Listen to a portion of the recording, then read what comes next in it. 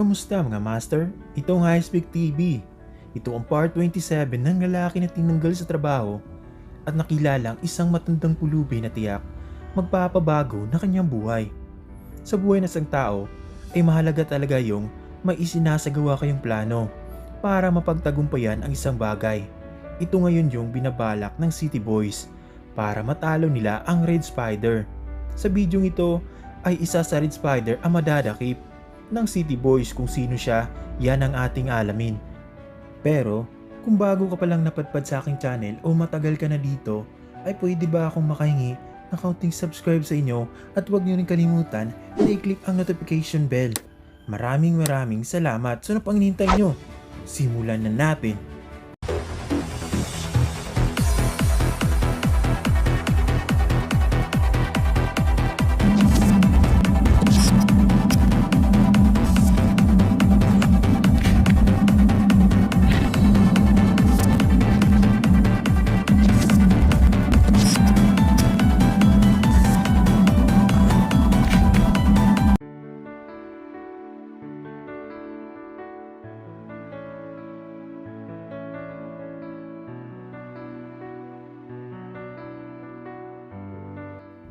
Naging maganda nga ang pagsanib puwersa ng Blue Speed at City Boys, kaya naman mas lalo pang dumarami ang City Boys ngayon at naging 10 na sila.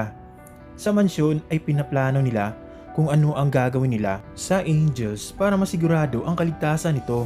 At sabi ni Dave, dapat sabay-sabay tayong lahat at bawal lumabas sa paaralan na mag-isa ang isa sa inyo. Maliwanag ba? At sabi naman ni Kira, siguro yung master, kailangan natin ng spy camera. Gusto ko lagyan itong suot-suot ko na eyeglass para kung dumating sa punto na makaharap ko ang pinuno ng Red Spider ay mai-record ko ito kung ano ang itsura niya at sa iba pang membro. At sabi naman ni Dave, tama ka dyan Kira. Kung meron lang sana si Chosen One ng spy camera ay mapapadali natin ito. Kaso naisip ko rin na baka mas delikado sa kanya. At sabi naman ni Darwin, oh Young Master, delikado talaga para kay Chosen One. May naisip rin ako Young Master. Kung nahihirapan sina Richard at Lee sa mga Red Spider ay malamang wala tayong laban sa kanila pag dumating sa punto na makaharap natin sila. At sabi naman ni Jake, so anong balak mo Darwin? At sabi naman ni Darwin, Young Master, kailangan natin ng tranquilizer o ilagay natin siya sa injection para dumating sa point na pag wala tayong laban ay pwede natin silang turukan ng pasikreto nang hindi nila namamalayan para makatulog sila. Sa gayong paraan lang tayo mananalo dahil wala tayong laban sa kanila kung lakas sa lakas ang labanan. At sabi naman ni Dave, wow, nice idea Darwin. At sabi naman ni Dance, tama si Darwin Young Master. Tapos habang nakatulog ang mga mukong na yon ay uututan ko sila sa muka. Uututan ko talaga sila. Dahil inis na ako sa mga Red Spider na yun, mga pulang gagamba. Makakabawi na rin tayo. At dagdag pa ni Dave, para mas lalong secure pa tayo, ay nag-hire ako ng mga agent para may promotekta sa atin. Handa ako magbayad ng kahit gaano pa man kalaki. Para lang masiguro ko na ligtas tayo at matapos na ito. At sabi naman ni Anastasia, basta City Boys mag-ingat kayong lahat. At salamat sa inyo dahil pinoprotektahan nyo kami. At sabi naman ni Jane, di kami papayag na mahuli nila kami tapos malagay sa panganib ang pagmamay-ari ni Young Master. Tapos gagamitin lang nila sa kasamaan. At sabi naman ni Rock, sana bukas ay may magandang mangyayari. At ayun na nga, matapos nga ang kanilang seryosong usapan ay nagpasya mga ito na matulog na. At magkasama sa isang malaking kwarto ang mga City Boys at pinag-usapan nito ang mga Angels. At sabi ni Dance, pag makulong na lahat ang Red Spider, ayun ang pinakamagandang Christmas gift para sa akin. At sabi naman ni Dave, tama, malapit na pala ang Pasko. At sabi naman ni Rock, mga bro, may Halloween pa naman, habang tumatawa ito. At sabi naman ni Dave, excited na ako pag Pasko dahil madami akong kaibigan na makakasama mag-celebrate. Ay, di pala lahat kasi may mga pamilya pala ang iba dito. At sabi naman ni Rock, wala kaming Pasko Young Master dahil sa relihiyon namin. Pero sasamahan ka namin. At sabi naman ni Dave, Salamat Rock at salamat sa inyong lahat. At biglang napakanta si Abu. Chirit chichiririt, papirit ng papirit, chiririt chirit chiririt chiririt. Aring dayang dayang dayang dayayang. At napaluha ito sabay sabi, namimiss ko si Lemart. Yung kantang Arindayang biglang pumasok sa isip ko. At napaiyak ito. At sa mga oras na yun ay naging emotional rin ito si Dave. At sabi nito, sobrang mahirap ang sitwasyon natin ngayon. Pero kayo ang nagpapalakas sa akin. Ang Angels, minsan naisip ko na ibigay ko ang gusto ng pinuno nila. Na ibigay ang kayamanan ko para matapos na ang lahat. Pero kung susunod lang sana sila sa atin, natitigilan nila tayo, ay gagawin ko yon.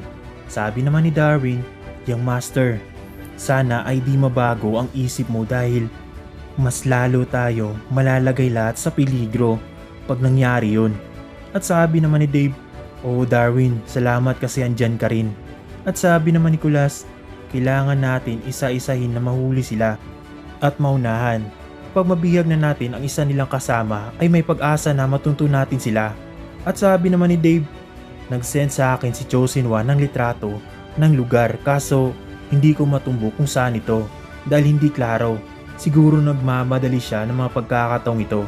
At sabi naman ni Makmak, sino kaya ang membro ng Red Spider na nakapasok sa AMU University? At sabi naman ni Abu, kung wala na si Yu sa AMU University, siguradong may iba pa nandun, yung hindi natin nakita. Si Shadow at ang pinuno na lang ang di pa natin alam ang itsura. At sabi naman ni Mike, may isang lalaki akong nabangga at grabe ang titig sa akin na para bang kilalang kilala niya ako. At minsan nakikita ko siya sa paaralan. Kung makita ko siya ulit ay sasabihin ko sa inyo.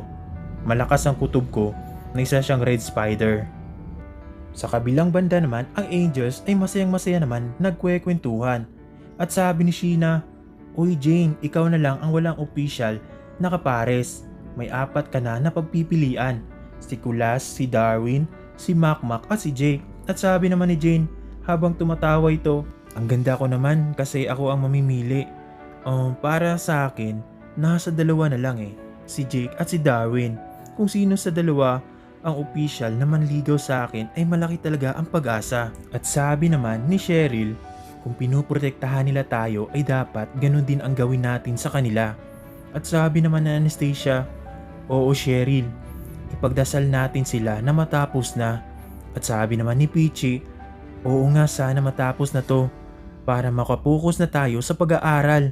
Ang hirap kaya mag-aaral na parang putol ang ulo natin habang naglalakad. Di mo alam kung may biglang mag-hostage sa'yo. At nang marinig ito ng lahat, ay kinabahan sila sa salitang hostage.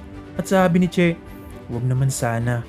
Kinabukasan ay nag-absent ito si Dave at nagpasama ito kay Kira at Darwin para bumili ng tranquilizer na gagamitin nila laban sa Red Spider. At bumili rin ang mga ito ng spy camera at mahigpit namang bilin ni Dave na sa tambayan lang mamalagi ang lahat habang wala pa sila. At sabi naman ng binilhan nila Dave ay babalikan lang nila ito sa susunod na araw ang injection na may tranquilizer. At tumipas pa mga araw ay nakuha na nga nila ito ang kanilang gagamitin. At lahat ng kaibigan ni Dave ay binigyan niya nito ng injection na may tranquilizer. At sabi ni Dave, kung malalagay kayo sa panganib ay itusok nyo lang ito sa kanila sa mga kalaban natin. Pero dapat di kayo magpapahalata para makatulog sila. At ayun na nga, lumipas pa mga araw ay sinimulan na nila ang misyon nila. Habang kumakain, nag-isaw si Darwin ay swerte niyang nakita si Yu. At nakita rin ito ni Makmak. At di nagpahalata ang dalawa at pasikretong kinontak si Dave at sabi nito, Young Master, positive nakita namin si Yu. Nandito siya ngayon kumakain ng isaw kasama namin. At sabi naman ni Dave, very good.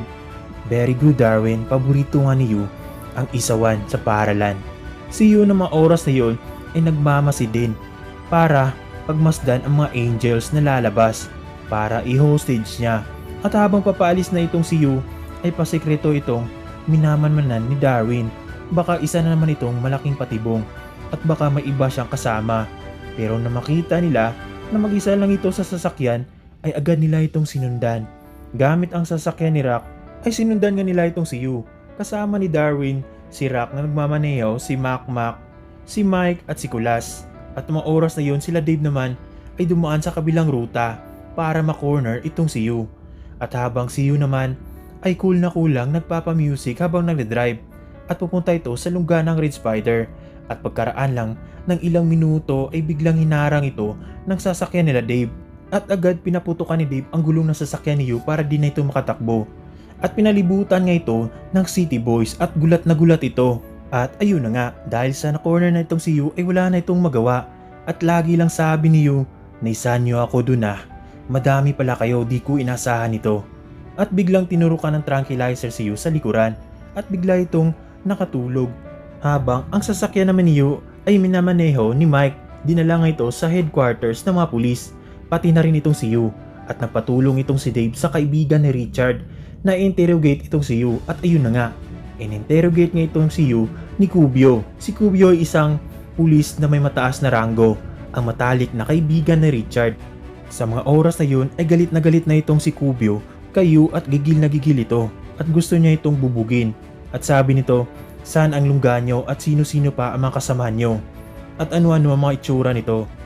At pinagtawanan lang siya ni Yu at sabi nito, "Kahit papatayin nyo ako ay di ko sasabihin." At ayun na nga, binugbog nga itong si Yu ni Kubyo at kahit duguan na itong si Yu ay di pa rin ito nagsasalita. At sabi ni Kubyo, "Yung master, kahit anong gawin ko ay di talaga nagsasalita ang mokong nito." At sabi naman ni Dave, "Okay lang sir, maraming salamat sa iyo." At sabi naman ni Kubyo, "Kung kailangan mo ng tulong ko ay tawagan mo lang ako." At sabi naman ni Dave, "Maraming salamat Sir Kubyo." At ayun na nga, bumalik na nga ang City Boy sa paralan para sabayan ng Angels na umuwi na. At habang masaya ang lahat na ibinalita nila na nahuli na ang isang membro ng Red Spider ay masayang masaya ang Angel. At sabi na ni Stacia, "Mabuti naman love, 4 na lang na Red Spider ang natitira." At sabi naman ni Dave, habang kayakap nito sa Anastasia, "Oh love, nasa likod namin ang isang opisyal sa pulisya na si Sir Kubyo." At habang nagyayakapan si Dave at Anastasia, ay nagmamasid sa malayo si Red ang pinuno ng Red Spider. At sabi nito, "Siya pala ang malaki kong alas." Habang tumatawa ito, at sabi nito sa kanyang sarili, "Kahit palima na lang kami ay di nyo pa rin kami matatalo." Habang nag-i-enjoy ang City Boys at Angels ay manaisip si Dance na mag-pick up line ang mga ito. At sabi ni Dance, dahil masaya ang araw nito ay magsaya rin tayo. So dito sa bandang ito ay puro mga lalaki at dito naman sa kabila ay puro mga babae. At sabi naman ni Sheena, "Ano naman yan trip mo Dance? Promising ring na naman yan?" At tumawa si Dave sa sinabi ni Sheena na promising ring. At sabi naman ni Dance, "Mag-pick up line tayo, walang pares-pares, kahit sino pwedeng tirahin ng pick up line." At naging interesado nga ang lahat sa sinabi ni Dance at ayun na nga, nag-pick up line na nga ang lahat at ang unang bumanat ay ang mga Angels at sinimulan nito ni Sheena. At sabi nito, "Sikreto ka ba babe?" At sabi naman ni Dance, "Bakit babe?" At sabi naman ni Sheena, "Kasi hindi kita kayang ipagkatiwala sa iba." At bumawi naman itong si Dance at sabi, "Babe, Philippines ka ba?" At sabi naman ni Sheena, "Bakit naman babe?" At sabi naman ni Dance, "Kasi it's more fun pagkasama kita." At nagsisigawan nga ang lahat. At dahil tapos na si Sheena, ay namili ulit si Dance ng ma-pick up line niya na iba para yun na naman ang papasa sa iba nilang kasamahan. At napili nito si Abu. At sabi nito, "Abu, ang gusto kong mga kaibigan ay yung mala Rexona." At sabi naman ni Abu, "Bakit naman bro?" "Kasi alam ko they won't let me down."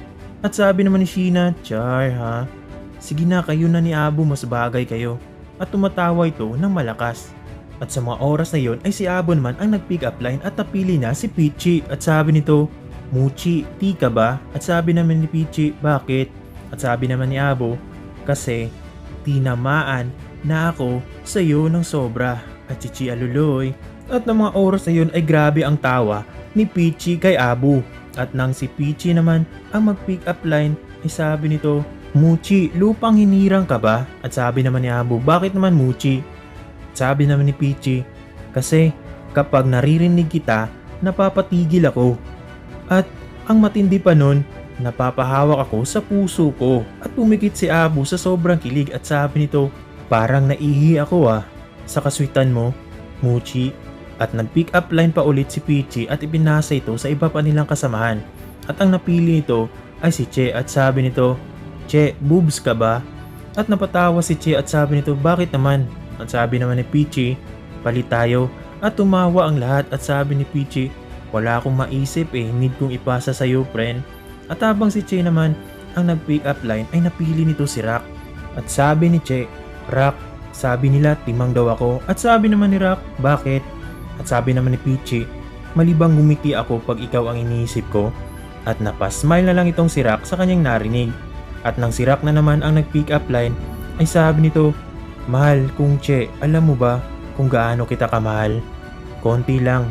At sabi naman ni Che, napagalit ito, bakit konti? At sagot naman ni Rock, konti na lang at lalagpas na ito sa langit. Ayeye!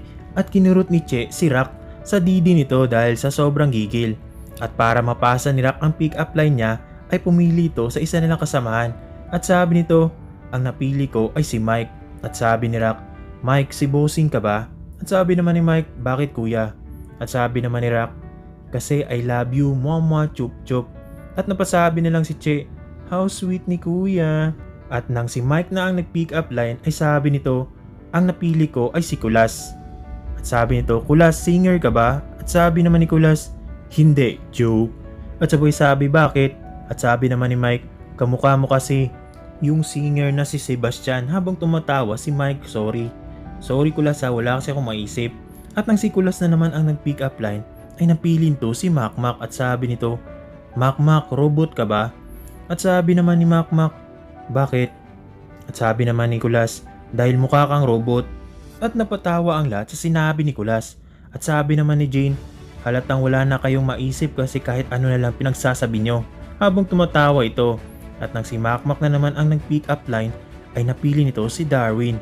At sabi nito, Darwin, tinamaan na ba ang puso mo ni Cupido? At sagot naman ni Darwin, bakit? At sagot naman ni Makmak, kasi lagi kang nakatitig kay Jane. At sabi naman ni Darwin, tangi, di kaya? At napatawa na lang itong si Jane. At nang si Darwin na ang nag-pick up line ay sabi nito, Jane, may butas ba sa puso mo? At pinakilig namang sabi ni Jane, bakit? At sabi naman ni Darwin, kasi natrap na ako sa loob. Can't find my way out. At masayang masaya ang lahat sa kanilang narinig, pati na rin itong si Jane na parang tatalon sa sobrang tuwa sa kanyang mga narinig. At agad namang gumanti itong si Jane kay Darwin at sabi nito, Darwin, kung posporo ka at posporo din ako, idi match tayo. At si Jake na mga oras na yon ay sumingit at sabi nito, ako naman. At sabi naman ni Jane, teka lang Jake, may isa pa ako para sa'yo. Jake, na-train tubusan ka na ba? Yung tipong, trainato ka lang niyang kaibigan pero minahal mo siyang lubusan. At tinamaan nga si Jake sa mga sinabi ni Jane. Dahil ang turing lang ni Jake kay Jane ay isang kaibigan. At ganti naman ni Jake, nahihirapan ka bang maging ikaw? Try mong maging tayo, baka mas madali. At napatahimik si Jane at sabay sabi, sure ka? At napatahimik na lang bigla si Darwin at pabiro namang kumanta si Dance, love triangle, kay hirap may kahati. At nang tapos na nga si Jake ay pinasa niya kay Dave ang pick up line at sabi nito, young master, ikaw ba ang prinsipe? At sabi naman ni Dave, bakit Jake? At sabi naman ni Jake, dahil handa akong magiging tapat na alalay mo sa araw-araw. At biglang nilapitan ni Dave si Jake at sabay sabi, ang swerte ko dahil andito ka ngayon sa grupong ito. Pero di mo kailangan maging alalay ko dahil pantay-pantay lang tayong lahat at magkakaibigan. At nang si Dave na ang nag-pick up line ay sabi nito, Anastasia, dilim ka ba? At sabi naman ni Anastasia, bakit love? At sagot naman ni Dave, kasi nung dumating ka, wala na akong makitang iba. At napasigaw ang lahat sa banat ni Dave at nag-request pa sila ng isa. At sabi nito, isa pa para kay Anastasia. At sabi ulit ni Dave, Anastasia, balita ko malapit na ang mahal na araw. Sa bagay, wala naman akong alam gawin kundi ang mahalin ka araw-araw.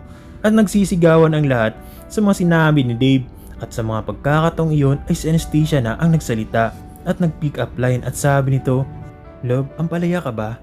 Kasi kahit anong pait ang nararanasan ko, ikaw pa rin kasi ang sustansya ng buhay ko. At napasigaw si Dance ng Achichi! At dagdag pa ni Anastasia, pwede ba kitang abutin, love? Kasi ikaw ang pinapangarap ko. At ayun na nga, naging masaya nga ang bonding ng lahat habang nagpi-pick up line ang mga ito. At habang ang pinuno ng Red Spider na si Red ay nagmamasid sa malayo at sabi nito, pag makuha ko ang malaki kong alas ay tiyak na yun ang ikababagsak mo, young master. Tingnan ko lang kung hihindi ka pa at pagkatapos kong makuha ang mga gusto ko ay papatayin ko kayong lahat. Kaya i-enjoy nyo lang ang nalalabing araw nyo. Ano kaya ang sunod na mangyayari? Yan ang ating abangan sa part 28. Once again, this is Icepeak TV. Mag-iwan na salita. Peace out.